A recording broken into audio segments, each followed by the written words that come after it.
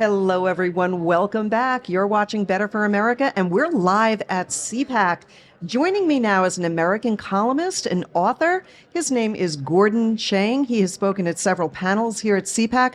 Gordan, it's an honor to have you joining me. Thank you so much. It's an honor to be here, Rebecca. It really is great. So, Jordan, there's some serious happenings occurring right now, and I want to talk a little bit about what you shared on the panel here at CPAC. First of all, we see what a threat China is. We see that we have Chinese migrants coming over the border illegally. People are concerned about that. And we understand that if we don't address the real threat that China presents to America, that it may be too late. I want you to comment a little bit, if you could, on Trump's policy in China and that economic leverage that Trump used in order to keep China in check. What do we need to do now? Yeah. President Trump, in March of 2018, started to impose tariffs under Section 301 of the Trade Act of 1974. And these tariffs were meant to be a remedy for the theft of U.S. intellectual property. China steals somewhere in the neighborhood of $500 billion, with the T, $500 billion worth of U.S. IP every year. And so Trump tried to address that, and his predecessors had not. Now, this, of course, has effects on all sorts of things like trade, which we need to do. We need to cut our trade links with China. And the reason is that that China views us as an existential threat. They call us an enemy. Trump recognized the threat. President Biden now, he doesn't even call China an adversary. The worst he will say is, oh, they're just a competitor, which means that Biden is not using American leverage to protect the United States from some very obvious Chinese threats. The number one constitutional duty of a president is to protect the American people from foreign attack, and Biden is not discharging that obligation. So how concerned should we be when we see that there are so many illegals coming here from China? And shouldn't we be wondering, how is that even happening? Because to my knowledge, you can't just leave the country. You need money, and the government's going to follow you or know where you are. So what do you think is really happening there? Well, if we go back 2 or 3 years ago, when Chinese migration was a lot lower than it is today, we were seeing family groups. In other words, we were seeing middle-class Chinese desperate to leave China, had basically given up on their society. Now, 80 to 90% of the Chinese migrants are single males. They are coming in packs of 5 to 15, military age, traveling without family members, pretending not to speak English, some of them conducting Chinese military rituals. U.S. Border Patrol knows that some of them have links to China's military. And we've been seeing some very disturbing behavior on some of the part of these migrants. So, for instance, at the end of January, there were these videos that started to surface of Chinese migrants who had been in the U.S. for less than 3 weeks. They had come in with no money, no identification, and they were taking target practice with pistols and sniper rifles. And since then, we have learned other instances of this happening across the country.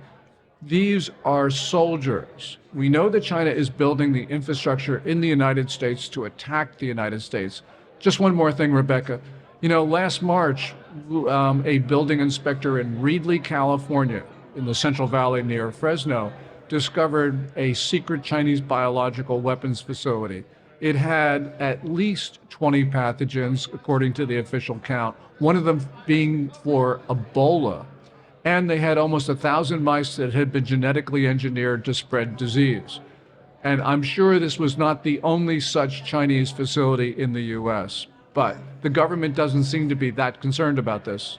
This is just absolutely mind-boggling that we've got Joe Biden who's not responding to these kinds of threats. Now, you mentioned that perhaps we should find every means possible to stop trade with China, is what you're really saying. Yeah, they call us an enemy. They're configuring their military to take on the United States and kill us. We can see what they're doing in our country. They're stealing intellectual property. Every day we have this malicious propaganda from Beijing against the U.S. You know, and in May 2019, People's Daily, which is the most authoritative publication in China, they issued a landmark editorial declaring a quote-unquote people's war on us. Now, we're Americans, and so we say, oh, that's propaganda. It doesn't mean anything. But to a communist state, it means everything. We should believe them. And that phrase has great resonance and meaning in Communist Party ideology. So to put this into context, Osama bin Laden for decades was talking about killing Americans, and we didn't pay attention. Even, in 1993, he killed 6 Americans at the World Trade Center, North Tower bombing. We couldn't care less. We couldn't care less until one day when he killed 2,977 Americans. And then we sort of woke up and said, oh, we got to do something about this. Well, China is much more powerful than Al-Qaeda ever was or ever could be. And when China attacks, we could lose our country. One concern that a lot of people have is that if we were to do that, if we were to cut off, let's say, certain trade with China, that would impact our medicines, because they have control over some key ingredients in some very basic, like penicillin, for example. Can you speak to that? Yeah, China makes somewhere between 80 to 90% of pharmaceuticals and what are called APIs, active pharmaceutical ingredients. And yes, that is a vulnerability. And towards the end of the Trump administration in the last year, President Trump tried to do something about that by jumpstarting American production of APIs. Didn't get as far as we'd like, but the point is he started. The thing is, yes, we have a vulnerability, but we got to remember that not only do we need to buy, China needs to sell. So one way or another, we will get pharmaceuticals, but we should not be putting ourselves and leaving ourselves in such a vulnerable position. But remember, China needs us much more than we need China. That's a great point. Sir, I want to talk about your great book, China is Going to War. Is that the name of the book? Yeah, China it's is a Going to booklet. War. I got Yeah. that right. So tell our great listeners a little bit about that book, China is Going to War. And for anybody who's interested in following Gordan Chang, his handle is Gordan G. Chang.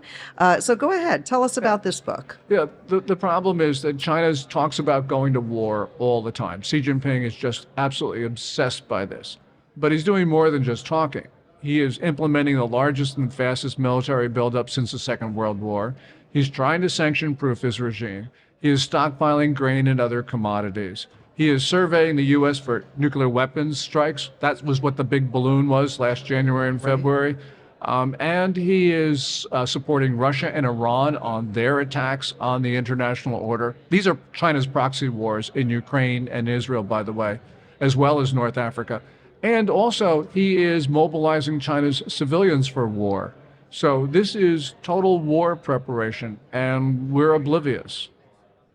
We have to wake up. This is a very important book. I think people have got to get their hands on this book to learn more about the real threat.